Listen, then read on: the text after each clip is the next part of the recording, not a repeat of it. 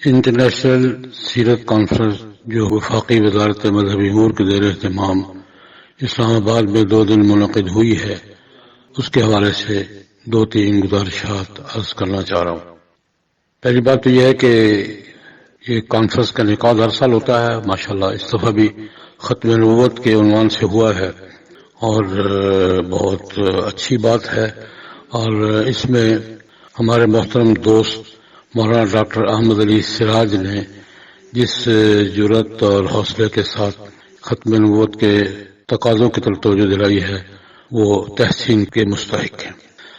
اس کے ساتھ ہی وزیر اعظم عمران خان صاحب نے جو گفتگو کی ہے جناب نبی کریم صلی اللہ علیہ وسلم کی سیرت طیبہ کے حوالے سے، ریاست مدینہ کے حوالے سے، فلاحی ریاست کے حوالے سے، اور اس حوالے سے کہ ناموس رسالت کے تحفظ کے لیے عالمی سطح پر قانون سازی کی ضرورت ہے، اور یہ بات کہ انبیاء کی توہین بھی اور مسلمانوں کے جذبات سے کھیلنا بھی، یہ دونوں آزادی رائے کے اظہار کے دائرے میں نہیں آتے اور یہ جرم ہے۔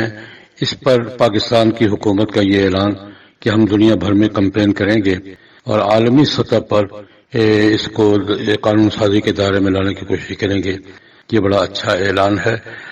اور یونیورسٹیوں میں سیرت چیئرز قائم کرنے کا حوالہ بھی بہت اچھا ہے۔ میں سمجھتا ہوں کہ عمران خان صاحب نے، وزیر اعظم صاحب نے جو گفتگو کی ہے وہ گفتگو تو ہمارے دلوں کی آواز ہے، خدا کرے کہ اس کے لیے وہ عملی اقدامات کر پائیں۔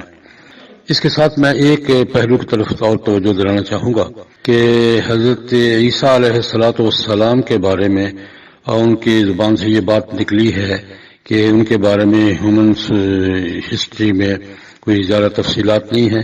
میرے خیال میں یہ بات درست نہیں ہے۔ میں عمران خان صاحب کو یہ توجہ دلانا چاہوں گا، اصل بات یہ ہے کہ شاید ان کے ذہن میں، ان کی نظر سے انسائکلوپیڈیا برٹانیکا گزرا ہو جس میں حضرت عیسیٰ علیہ السلام کے بارے میں یہ لکھا ہے کہ حضرت عیسیٰ کی حیات کے بارے میں 2-3 واقعات کے سوا کوئی مستند مواد ہمارے پاس موجود نہیں ہے۔ اصل ہمارے ایک کمزوری یہ ہے کہ ہماری جدید تعلیم یافتہ طبقے کے پاس حضور کی سیرت کے بارے میں، صحابہ کے بارے میں، خلفاء راشدین کے بارے میں، ریاست مدینہ کے بارے میں بھی سورس مغربی ذرائع ہیں۔ جب ہم برٹانیہ کا پڑھ کے حضرت عیسیٰ علیہ السلام کے بارے میں سوچیں گے تو یہی ذہن بنے گا۔ میں اس کو مجبوری سمجھتا ہوں۔ یہ درخواست ہوتی ہے میری اپنے جدید تعلیم یافتہ حضرات سے کہ اسلام کی تاریخ کو، ریاست مدینہ کو، سیرت طیبہ کو اور خلافت راشدہ کو مغربی ویسٹرن سورسز سے نہیں پڑھیں۔ اپنے پاس ہمارے اپنے ذرائع موجود ہیں۔ ہمارا سورس قرآن پاک ہے، بخاری شریف ہے، سیاستہ ہے، اسلامی تاریخ ہے۔ یہ برٹانیہ کا ہمارا سورس نہیں ہے۔ ٹھیک ہے، ایک اچھا سورس ہے، میں اس کے انکار نہیں کرتا، لیکن ہمارے اپنے ماضی سے واقفیت کے لیے ہمارے پاس سورسز اپنے موجود ہیں اور بڑے مستند موجود ہیں، بڑے اعتماد کے ساتھ موجود ہیں۔ ہمیں اپنے سورسز سے اپنی تاریخ پڑھنی چاہیے۔ میں یہ سمجھتا ہوں کہ شاید برٹانیہ کا یہ جملہ ان کے ذہن سے کہیں چپک گیا کہ حضرت عیسیٰ علیہ السلام کے بارے میں 2-4 واقعات کے سوا کوئی مستند مواد موجود نہیں ہے، حالانکہ خود قرآن پاک نے اتنی تفصیل کے ساتھ عیسیٰ علیہ السلام کی ولادت کے بارے میں، ان کی بچپن میں گفتگو کے بارے میں، ان کی حیات طیبہ کے بارے میں، ان کی دعوت کے بارے میں اتنی تفصیلات قرآن پاک نے بیان کی ہیں، اور احادیث میں، بخاری شریف میں، دوسری کتابوں میں بڑی تفصیلات موجود ہیں۔ تو وہ اگر نظر میں ہوتی تو شاید یہ جملہ ہمارے وزیر اعظم صاحب نہ فرماتے۔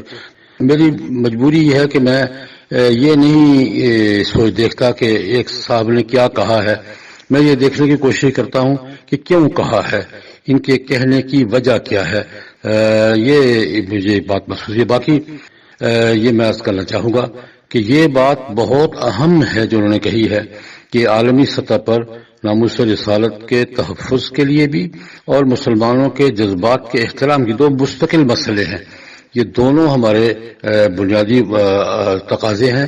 اس پر اگر حکومت پاکستان عالمی سطح پر مہم چلاتی ہے اور عالمی سطح پر قانون سازی کی کوشش ہوتی ہے، یہ بہت اچھی بات ہوگی۔ اور یہ یونیورسٹیوں میں اگر سیرت چیئرز قائم ہوتی ہیں تو یہ بھی ہماری نئی نسل کو جناب نبی کریم صلی اللہ علیہ وسلم کی سیرت طیبہ کے حوالے سے براہ راست واقف کرانے کی ایک اچھی کوشش ہوگی۔ بہرحال میں مجموعی طور پر اس تقریر کا خیر مقدم کرتا ہوں، اس مغالطے کے ازالے کے ساتھ ساتھ کہ مجموعی طور پر یہ بات اچھی ہوئی ہے، اور میں دعا گو ہوں کہ اللہ رب العزت ان خیالات پر، ان ارادوں پر حکومت پاکستان کو قائم رہنے کی توفیق عطا فرمائے۔